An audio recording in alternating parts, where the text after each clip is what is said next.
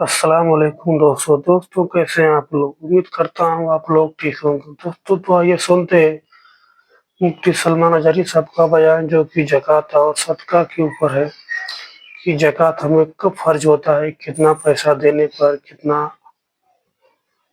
माल और जेवर रहने पर ज़कात फर्ज होता है। तो आइए सुनते हैं उनका ये बयान।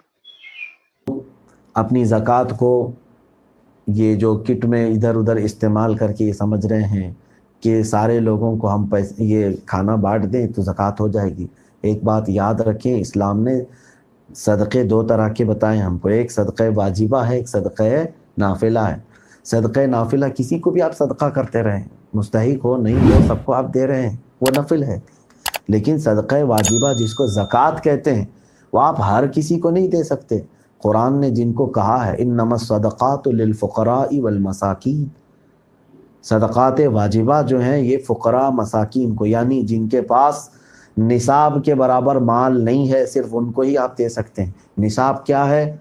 52.5 तोला चांदी या 7.5 तोला सोना या इनमें से किसी एक के बराबर की रकम जिसके पास है उसको मालिक निसाब कहते हैं।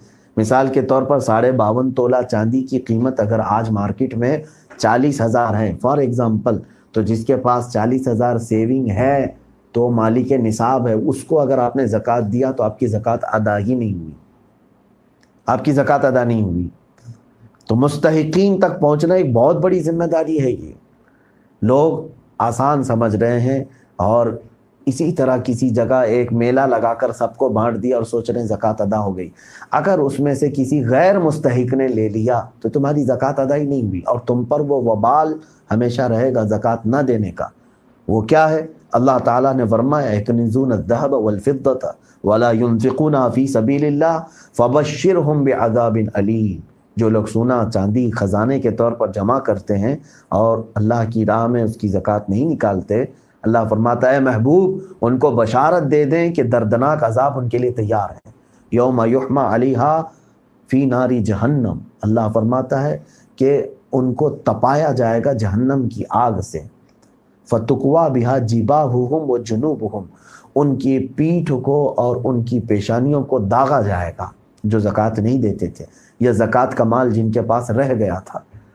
तो ये याद रख कर के चलें कि ज़कात सिर्फ अलल ऐलान निकाल करके एक मजमे में बांट देने का नाम नहीं, बल्कि आपको हुक्म है कि आप मुस्तहिक तक पहुँचें। जब सैयदना अबू बकर सिद्दीक़ रज़ी अल्लाह ताला अन्हु खिलाफत के मनसब पर कायम हो कर के भी जंगल में मौजूद किसी माजूर को खिलाने के लिए जा सकते हैं।